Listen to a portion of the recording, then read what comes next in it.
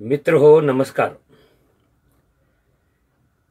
आपलं जे शिक्षण क्षेत्र आहे हे टाकाऊ झालं आहे असं विधान केल्यास कोणाला वाईट वाटू नये. गेल्या 2-3 दिवसापासून आता हिंदी विषयावरून राज्यभर वाद चालू झालेला आहे, आंदोलन पण चालू झालेलं आहे. त्रिभाषा सूत्राचा वापर नवीन शैक्षणिक धोरणामध्ये करायचा ठरवलेला आहे आणि त्याची अंमलबजावणी आता होणार आहे. त्रिभाषा सूत्र याचा अर्थ काय? 1 मातृभाषा, 2 इंग्रजी आणि 3 आपल्या देशात संपर्कासाठी उपयोगी ठरावी अशी हिंदी. खरं म्हणजे त्रिभाषा सूत्रावर आता चर्चा होते असं काही नाही आहे. यापूर्वी सुद्धा त्रिभाषा सूत्र आपण अनेक वर्षापासून लागू केलेलं आहे. आत्ताचा आणि तेव्हाचा फरक एवढाच की ही जी त्रिभाषा सूत्रातून येणारी हिंदी आहे ही 4थी-5वी पासून लागू केली जाते. आत्ता ती 1ली पासून लागू केली जाणार आहे. याच्यावर 2 मतप्रवाह आहेत. एक की लहान वयामध्ये एवढ्या 3 भाषा सक्तीच्या करून शिकवाव्यात का?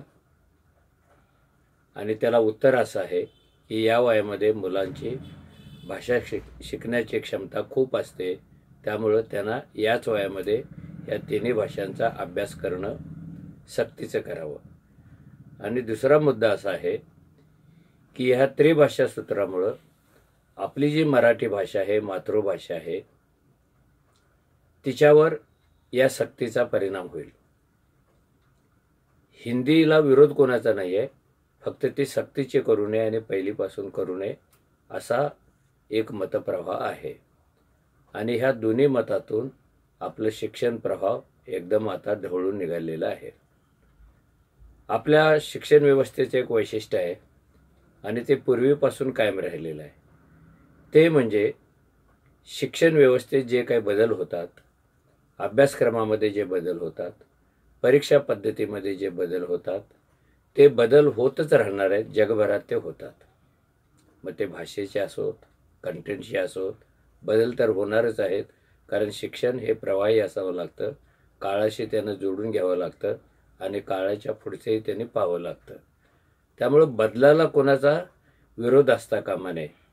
पण ह्या सगळ्या गोष्टी ज्या घटकासाठी करायच्या आहेत तो विद्यार्थी आणि पालक आणि एकूणच समाज, या महत्त्वाच्या घटकाला कुणीही विश्वासात घेतलं जात नाही. आता हे त्रिभाषा सूत्र असावं की नसावं, किंवा यज्ञ शिकावा की नाही शिकावा, मनू शिकावा की नाही शिकावा, हा सगळा टाकाऊ झालेल्या प्रथा परंपरेचा भाग शिकावा की नाही शिकावा, हे आपण विद्यार्थ्यांना विश्वासात घेऊन कधी पाहत नाही. ना त्यांच्या पालकांना घेतो, ना शिक्षकांना घेतो. कोणती तरी एक व्यवस्था एका रात्री हे सगळे जाहीर करते आणि मग त्याच्यावर चर्चा घडायला लागतात. शिक्षणावर चर्चा घडणं हे तसं चांगलं लक्षण आहे. पण ह्या चर्चा ज्या आहेत ह्या नेहमी एकांगीच होतात, कारण शासन आपलं धोरण बदलत नाही आणि आवाज काढणाऱ्याला शेवटी व्यवस्थेला शरण जावं लागतं. असा हा प्रकार आहे. त्यामुळं हे शिक्षण जे आहे हे आता भाषेच्या वादात अडकलेलं आहे. खरं म्हणजे जागतिकीकरणामध्ये सर्वांनाच अधिकाधिक भाषा आले पाहिजेत ह्याच्याविषयी कोणाचं दुमत नाही आहे. पण त्या भाषा शिकवायच्या कशा हा मुद्दा आहे. आतासुद्धा 4थी-5वी पासून हिंदी शिकवलं जातं. दुसरा मुद्दा की मराठी भाषा आणि हिंदी ह्या थोडंसं समान पातळीवर जातात, स्क्रिप्टच्या अनुषंगाने, उच्चाराच्या अनुषंगाने. या भाषा शिकवण्याची एक व्यवस्था इथे टी व्हीनी केलेली आहे, चित्रपटांनी केलेली आहे, इथे येणाऱ्या हिंदी माणसांनी केलेली आहे. त्यामुळे इथल्या अडाणी माणसाला सुद्धा हिंदी बोलता येतं, शाळेत न गेलेल्या. आणि 1लीपासून न शिकलेल्या पोराला पण हिंदी बोलता येतं. त्यामुळं मुद्दा एकच आहे की हिंदी भाषा 1लीपासून सक्ती करण्याचा हेतू काय? मग त्यातून राजकारण पेटलं की मग ते दक्षिण भारत आणि उत्तर भारत असं जातं.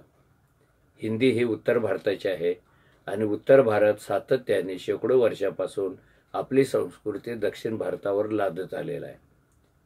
तो हिंदी भाषा शिका म्हणून आग्रह धरतो, पण तो स्वतः दक्षिणेतल्या भाषा किती शिकतो, तो दक्षिणेतल्या प्रथा परंपरा किती चालवतो, तो त्याच्या अभ्यासक्रमात दक्षिण भारताची संस्कृती किती आणतो, याचं उत्तर फार निराशजनक असेल. मुद्दा एवढाच आहे की हिंदी भाषा सगळ्यांनाच आली पाहिजे, इंग्रजी आली पाहिजे, मराठी आली पाहिजे. मराठी तर आता अभिजात भाषा आहे आणि ती अडचणीत आलेली भाषा आहे. तिच्याकडे लक्ष द्यायला कोणाच तयार नाही. ना शिक्षण संस्था, ना समाज, ना विद्यार्थी, ना आपलं जीवन. ह्या जीवनामध्ये मराठी भाषेचा संकोच होत आहे. तुम्ही कुठेही घरातून रस्त्यावर जा किंवा घरातल्या घरात बोला, तुम्ही 10 मिनिटामध्ये 15-20 इंग्रजी शब्द उच्चारलेले असता आणि तेवढ्या मराठी शब्दांचा संकोच केलेला असता. तुमचा मूळ गाभा जो आहे तो मातृभाषेचा आहे आणि त्याच्याविषयी आपण गंभीर नाही होत आणि आता हिंदी भाषेवरून आपण वाद चालू केलेला आहे. त्यामुळं ही भाषा आता ज्या पद्धतीनं 4थीपासून शिकवली जाते, 5वीपासून शिकवली जाते, तशीच ती ठेवायला पाहिजे. नवीन शैक्षणिक धोरणामध्ये 1लीपासून ते पुढे अभ्यासक्रम पण खूप बोजड झालेला आहे. नको त्या गोष्टी त्याच्यात शिरलेल्या आहेत आणि कोवळ्या वयात असणाऱ्या पोरांना त्यांचं ओझं वाढवण्यासाठी अशा कोणत्या भाषेची, विशेषतः हिंदीची सक्ती करता कामा नये असं मला वाटतं. धन्यवाद.